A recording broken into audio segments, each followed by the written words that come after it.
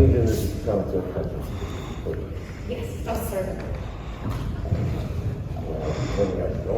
If you want to start, you can start regardless of San Diego ComicCon 2022.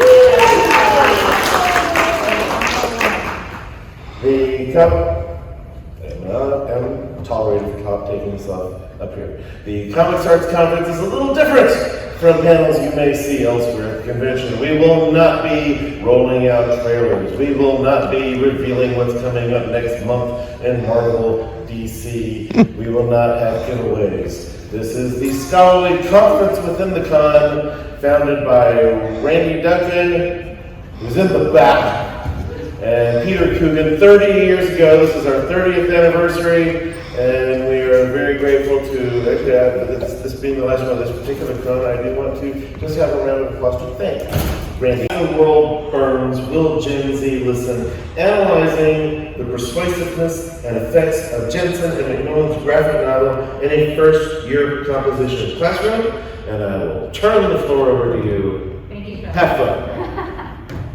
So again, I'm Kristin Tamayo. I'm Courtney. I'm Yoselin. And I'm Hannah. There we go. So I'm actually going to go around because we're still trying to figure this out. I actually have a handout of the presentation that I will be asking you guys. What I did for this particular, to get ready for this panel, I knew that I wanted to do something related to graphic novels. About almost 10 years ago, I got a master's at Pomona, which is where I currently teach, and all three of them are students. And I thought that's what I would be doing for the last 10 years. Like, I thought when I studied comic books at my master's, that I would incorporate it into the classroom, that it would be seamless, and everything would be work out perfectly. But it actually never worked out that well. I always had trouble teaching graphic novels in my classroom, and that's because I don't teach a literature class. If I say I'm an English teacher, a lot of people assume that means I teach novels. Can I actually ask that question? If I said I was an English teacher to you, how many of you would assume I teach novels? Yeah, but I actually don't teach novels. I wasn't trained to teach novels. I was trained to teach writing. But I wanted to make the graphic novel work in a writing course. And I always read about pedagogy and how to do it. And I just didn't figure it out. And I thought, there we go. Oh, hopefully it doesn't go crazy. We'll find out. After, let me escape.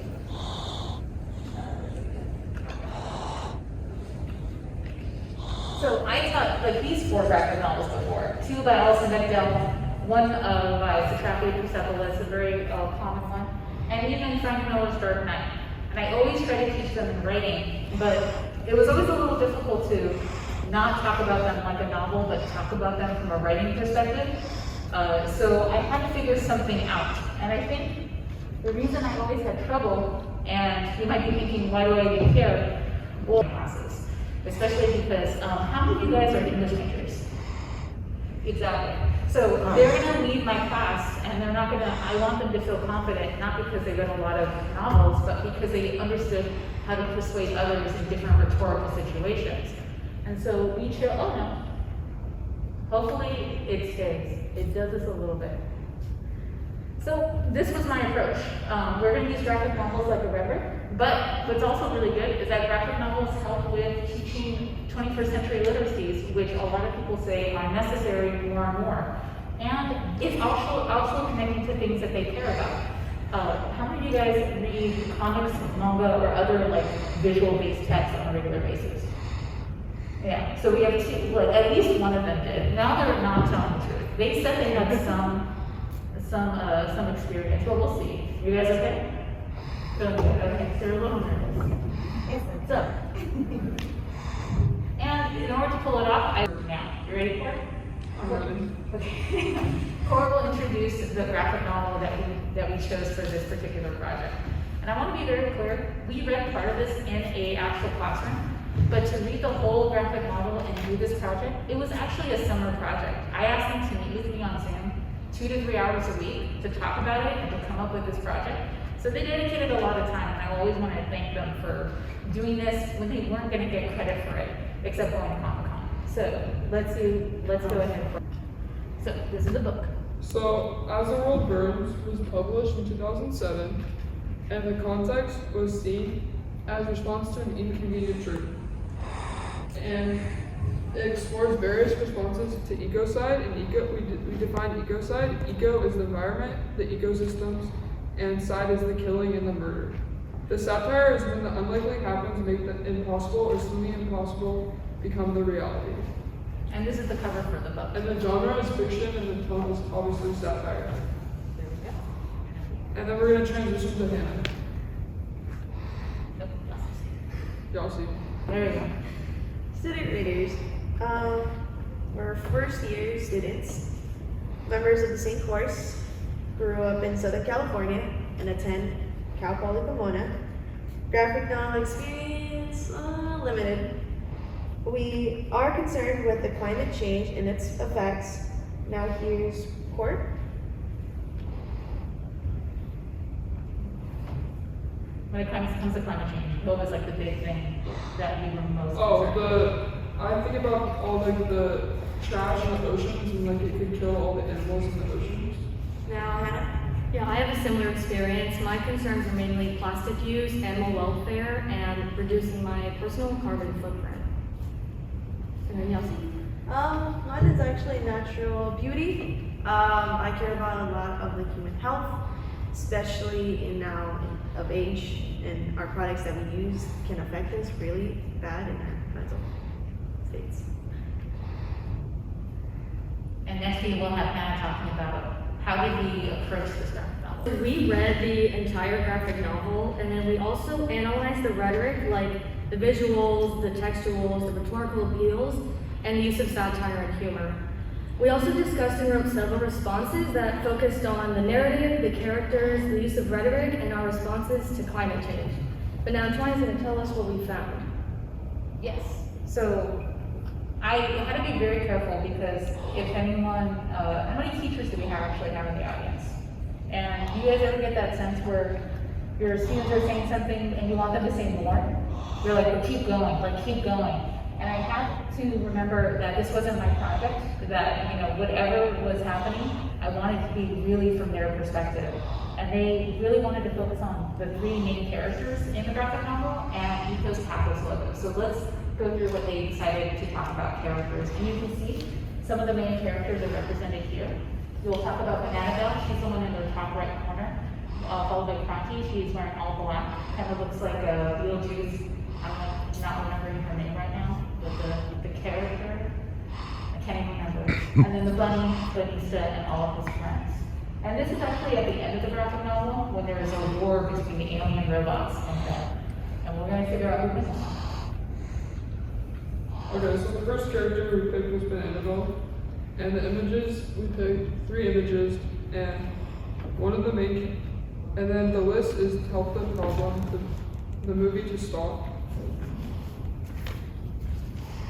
We saved, accomplished the goals. We describe the character, relies on easy solutions to the list. She acts like us, equals easily disappointed, happy, go, lucky. We did it. Also in that image, Conti is in the image hugging her because she is her friend as a whole, as a gang together. We PC'd 3 panels and they stood out. Next, we're going to transition to the next character, which Hannah will be talking about. Yes. I will be talking about it. The next character is Kranti. Kranti is a mirror of Jensen. Second main character of the story, obviously. Starts with the words on the left. As you can see in the images / panels, you have, for example, in the bottom right, how she's talking to her friend about global warming. Belle is saying that let's use hot water. Engaging with the conversation with Belle, Kranti is concerned of if it's gonna actually help, or is it going to affect it more? So this character is mainly more into logic. It's a great listener, as you can see. She loves listening to her friends and whoever talks to her.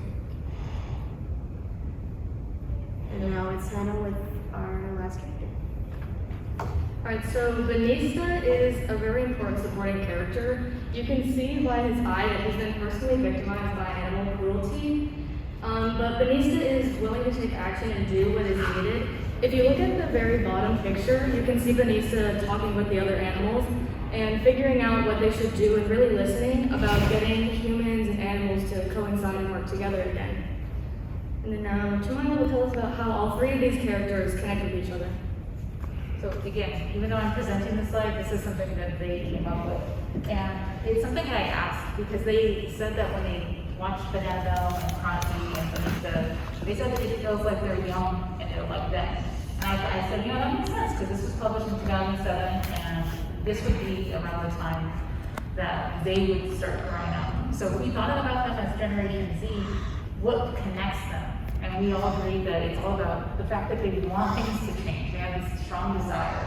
They also represent different perspectives. Even though they're friends, Vanessa, Banana Bell, and Cronty say, let's save the world, but in very different ways.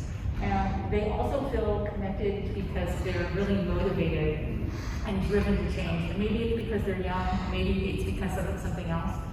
And they also agree that they're very persuasive. And these are a few quotes that actually they said. Court said something along the lines of, I think that I can do that. Yossi said something along the lines of, I think that's actually possible. We can actually do these things in our everyday lives. And Hannah said something along the lines of, most of what they did is actually doable. Besides the war, we can't probably fight a war with children. But everything else was possibly doable. And you can actually see in this dialogue that they have here is this three perspectives trying to figure out how they're going to save the world. You have Banana Bell with the hearts on the dress. And she says, we need to dream big or nothing will ever happen. I saw that on television. And Cronty agrees. If we're going to dream big about everyone doing something, why dream so small about having them eat fewer French fries, which is one of the things on her list? Why not dream bigger so everybody takes out the dams and are killing the rivers in the first place? That's something Banana Bell cannot do. She cannot destroy the earth or infrastructure. And she always says stuff like, you're being silly. And Benisa's like, I got ideas. And Benisa's actually the one that does go, as we will figure out, and destroys things. So a lot of back and forth between these three characters that we notice. And that brings us to the possible appeals. Ethos, pathos, and logos. Aristotle brought them up, they're still going. Let's go ahead and attack ethos first, pathos, and then logos. We'll start with Court. The ethos, so it's the appearance of being credible, having good intentions, or being trustworthy. And then for the examples, we showed that Banana Bell and Cronty was positive use and equals to wants to help, and the president is negative use and is abusing the power. Vanessa knows the cruelty of the humans. And next, Hannah will be talking. So let's go into pathos. Right, so pathos really taps into the emotions of the readers, and in the images, we can see emotions like guilt, pity, and even loyalty. When we look at Vanessa specifically, he goes back into where all these animals are being tested on and saves them. And you can see him rescuing this monkey and then comforting it, and then going on to rescue all the rest of the animals. And we also see pathos in the images, not just the words. And this is towards the end of it, and we'll try to walk you through it. Go ahead, Hannah. Yeah, so this one you really see the emotions solely through the images. There's not really any dialogue at all. But basically what this is it's a baby bear, and it starts a couple of pages before this scene, and it's like, oh, I want to help, let me help, and then the mom is like, no, stay here, I'll come back for you. But naturally, the baby bear doesn't listen, and it goes to fight with its mom. And then it kills one of the robots, kills the robot, and then it's like, look mom, I killed it, and then it gets killed also. And you can see the mom is heartbroken, and she's torn. But she keeps fighting on. But just these soul images are really detailed, and you can just feel the emotions. I know I literally got emotional reading it, and that doesn't happen to me very often, but just this imagery alone, you can just feel how powerful it is. When they got to the war at the end of the book, all three of them commented about how the war did make them very emotional, made them very sad. And I was thinking, you guys might be right. Maybe this war needed to be visual in order to move us. And it's a fictional war. Those aliens are not real. But even then, it is still something. logos? Logos. Well, how is it used? Well, using logic and reasoning to persuade. For examples on how the businessmen in the story talk. You can see through the text, the way they talk, obviously, they're trying to persuade. Focusing mainly on the businessmen, they're persuading the president to give them permits and money and influence. And with the president, it's mainly what he wants was gold. So that's how I see it. I was focusing a lot on the text. So seeing that kind of gave me the best examples of, okay, this maybe be more logos than pathos or ethos. But you had a really good comment about the logos and the images as well, which is what this next slide was inspired by. Yes. For this one as well as, if you can see in the background, it's more detailed than anything else. I assume that the artist or whoever made this obviously was focused mainly on the environment, their surroundings, because it's trying to give you that image of how we're destroying the earth or how the earth should be valued. And what we pointed out here is something that they came up with was something I never saw before, how the earth could be seen as a character in this novel. Like whenever we went to different landscapes, the earth was always a little bit different. And this is after the war, and you see how there's bodies everywhere, the trees are being destroyed, everything's kind of out there, and that's where the war is happening. It's not happening with a lot of machinery or with a lot of, like I would say maybe like a military complex. It's literally animals and the trees, and the birds, and everyone's putting their life on the line. And so we thought that would be like a logos particular image. And you know what? That's actually why I gave you guys those handouts. I was wondering if you guys can actually turn to the back right now. So we gave you our kind of breakdown of what we thought these characters meant to us. And I wanted to, I know we're not at the question portion, but I kind of wanted to interrupt it a little bit and ask, when you see these characters, how do they make you feel based on what they say or how they look? And if anyone wants to share before we close up our little presentation, we would love to hear what you have to say about these characters. Are they persuasive to you? What do you think that they represent? Or how do they make you feel, or what do they make you think of when it comes to helping the environment?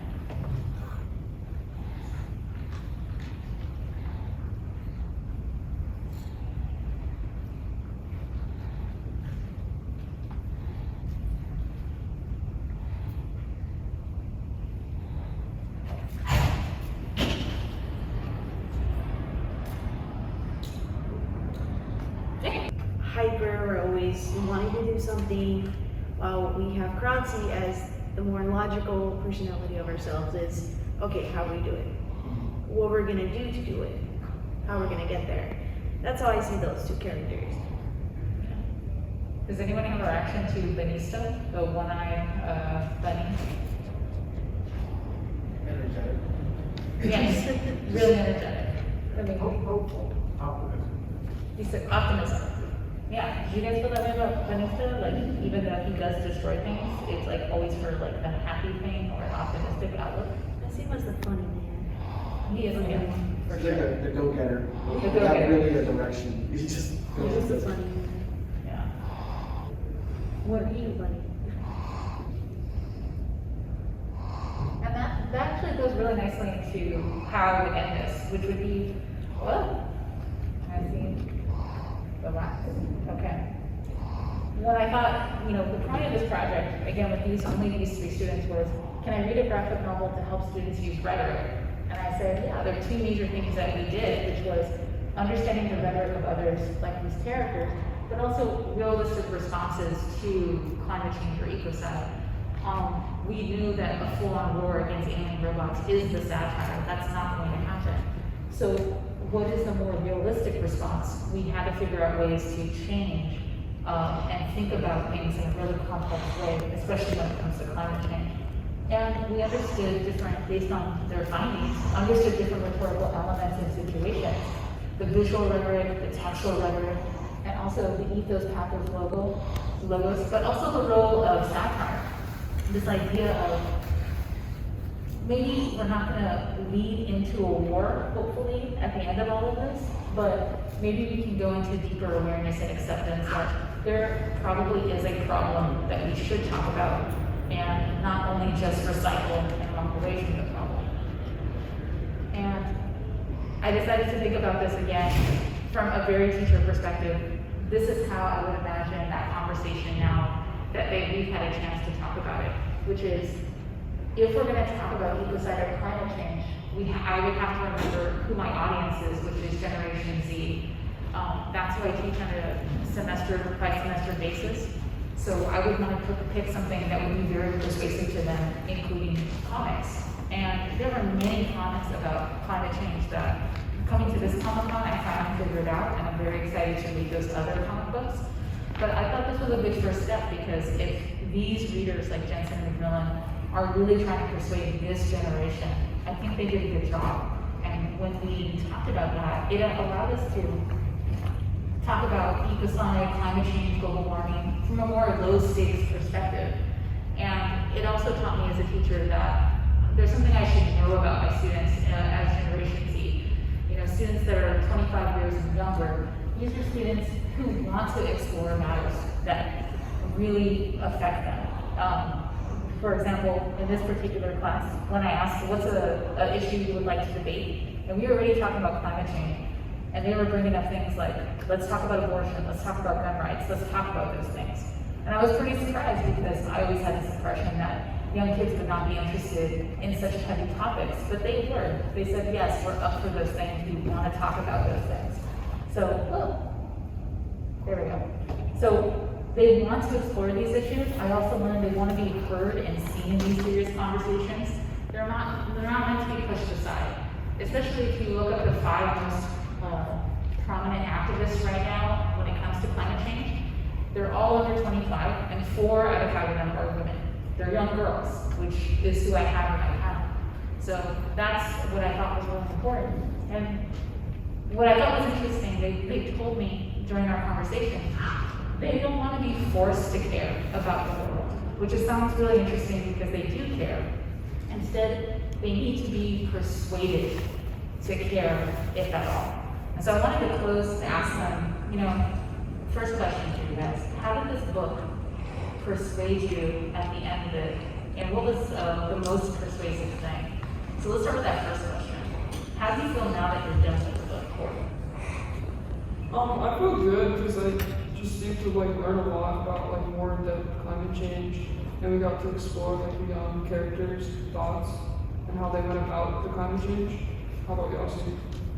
For me, I wasn't really connected to the environment aspect of things before. Once I started continuing reading the story, I started getting to learn more about it, since I was always clouded by not paying attention. But the thing that really got to me was probably the business aspect, since I am into business. So hearing and seeing how the iconic situations you can see in real life into the book, it was something that I clicked and connected with. Now, Hannah? Yeah, this book definitely worked in persuading me, but it also wasn't that hard to get me persuaded, because I was already passionate about climate change before we did this. And so I actually started out more like Bananabelle. I was all about individual things and telling my friends and family, no, don't use that, don't use plastic. But then I now feel more like Cronty, seeing that it's not really gonna do anything. I mean, sure, it'll make a little bit of a difference, but only for short term, not long term. And so yeah, I mean, also seeing these different perspectives really makes you understand what kind of people, or what people think about climate change, and how you could change their perspectives, or how we can make a difference, hopefully soon, eventually though. And we definitely want to have time for questions, but before we do that, I just want to say thank you again for these students for taking time out of their summer to do this. And so this is for you guys. So thank you to you for giving us this opportunity. No, really, because she's the one that like set this whole thing up and got us into it. So thank you for that. They were the only ones who agreed to do this. Normally I teach 6 classes a semester, and I sent a letter to 4 classes saying, who would like to go to ComicCon? And out of about 100 students, 3 said yes. So I had to really convince them. And also, It was funny. I mean, it was a funny story. Corey just came up to me. He's like, hey, sign up. I'm like, okay. And hey, we got into Comic-Con. Wait, Comic-Con? Yeah, none of them knew what it was, and I said, it's gonna be great, don't worry, you're gonna be fine. So I was really excited about them being part of this. So yeah, any questions you guys have about the approach? Again, it's a very limited, like, kind of case study, but I would love to do it with other classes to see what they think of it. But yeah. That we see, that's just me. I agree with Elsie as well, because I feel like they just stood out like the most than the other characters, because they have like a lot of good like supporting points throughout the book. Yeah, and we very rarely get to see a bunny take action the way Benista does. So maybe making that kind of activism seem a little bit fluffier, friendlier, easier to swallow. We were cheering Benista on the whole time, even when I told him he becomes a little bit of a domestic eco-terrorist. And they're like, that sounds cool. I'm like, okay, let's bunnies go.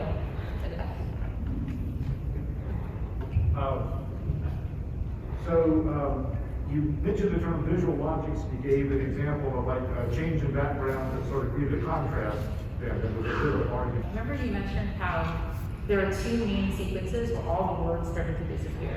They said it was when Benista was breaking into the makeup,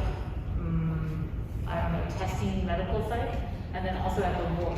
But you said that did you notice all of a sudden there's no more talking, it's just him breaking in and getting the animal straight. Why did you think you noticed that? Well, because like towards the end, I saw more of the images than less of the text, and then I'm sure that they wanted to like show you that you could see through the images and not like the text.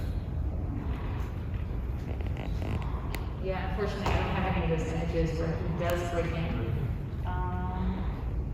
Yeah, we're gonna probably. Maybe I wouldn't have come up with that, but you guys came up with that idea. Like the images are kind of conveying an argument about what we should do. When the break-in happened at the testing center, but then also when the war happened, and we can see that.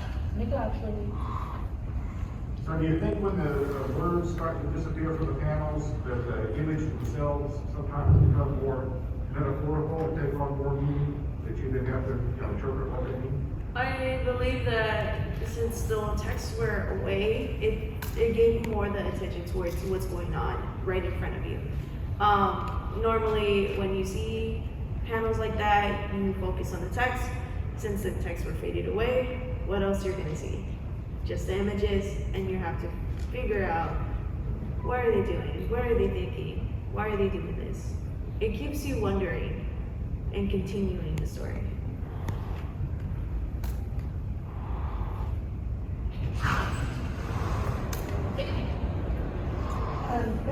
You mentioned you had a number of courses and because I knew it was going to be very heavy, and I tried to figure out how do I talk to these readers without leading them too much to conclusions that I wanted them to make about it.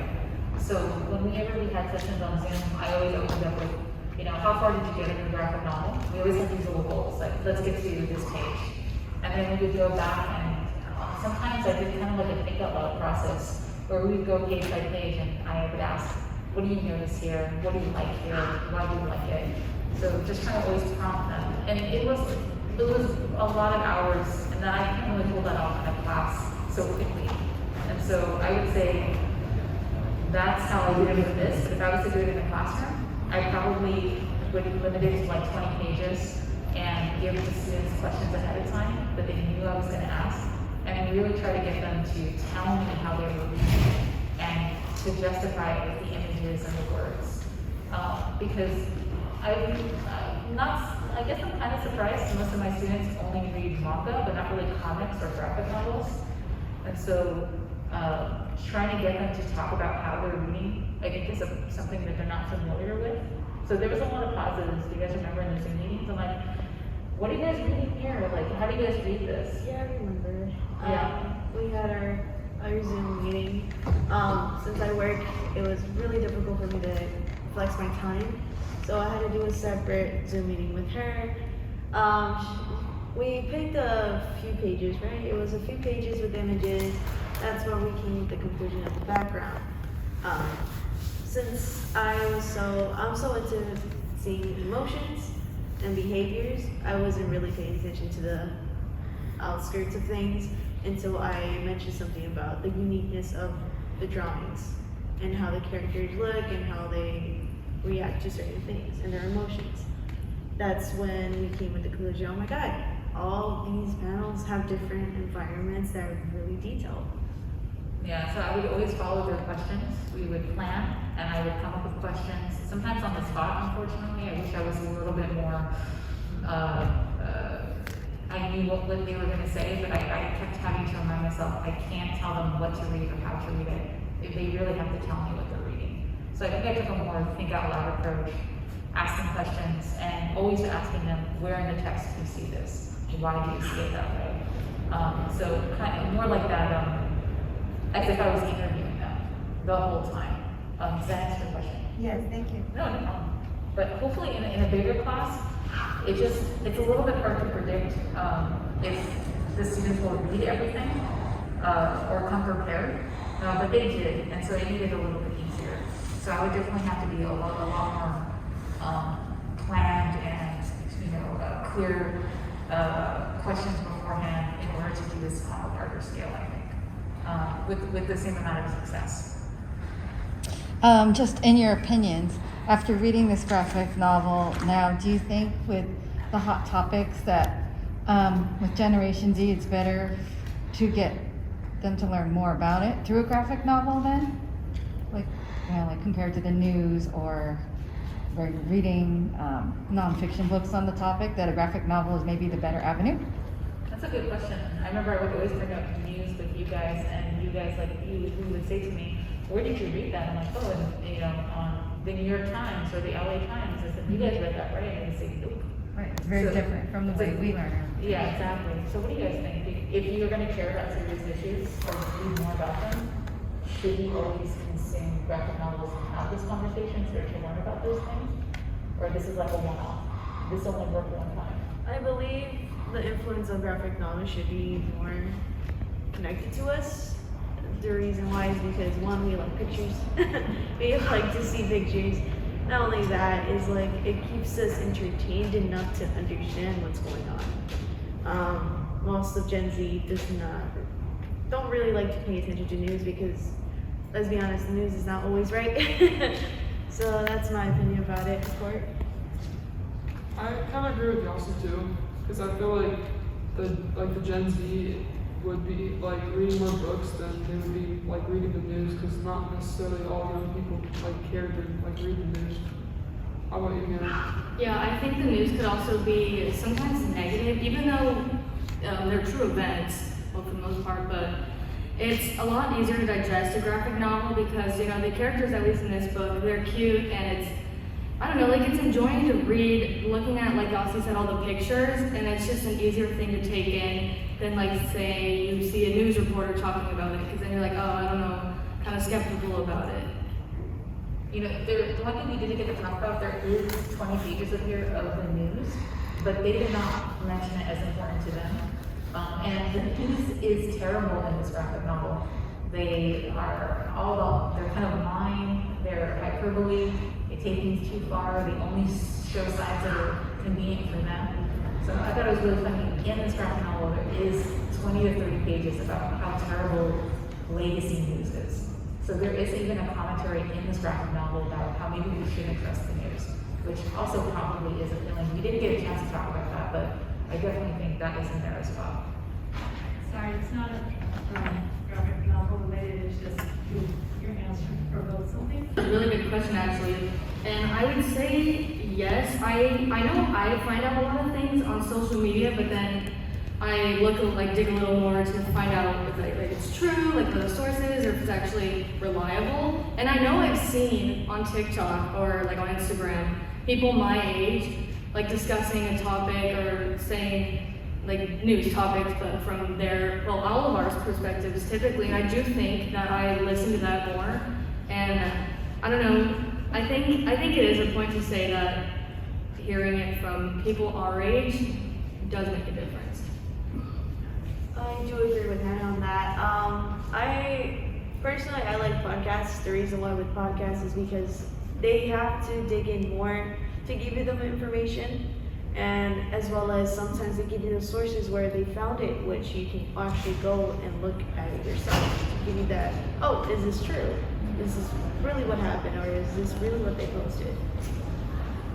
Yeah, I think that's a good point because we talked about in the class, but also during the summer, that Jensen and McMillan, they're not young Gen Zers, they're probably Generation X, and they chose to, the main protagonists, including Benista, they're two young girls that we guessed are around what age, based on how they're young. I'd say 15 or 14. Yeah, like they're teenagers, and Benista, we even looked at how long bunnies can live. They were like between 7 and 12. Even Benista is a teenager. And so we chose teenagers to tell the story about ecocide and activism. And I think that was on purpose. Like, if we're going to get Gen Z to be convinced, Gen Z needs to talk to Gen Z and take it just as seriously versus older people. Maybe telling them what to do. Instead, they need to be persuaded to care. What do you think, Courtney? I agree, because like for me, I don't really like to watch the news. I just like to see it like through social media, and I feel like that's an easier way like to see the news through the social media. Yeah, so that was a really good question, and now that could even shape how I bring up issues in class, which I tend to do through memes or Instagram posts, because I know that they would know them. Maybe I wouldn't consume news that way, but if they're going to be persuaded, and if the rhetoric is going to work, that's the kind of stuff that really gets under their skin. And that's what I would focus on. I think we have like 5 more minutes for questions. 4. Oh.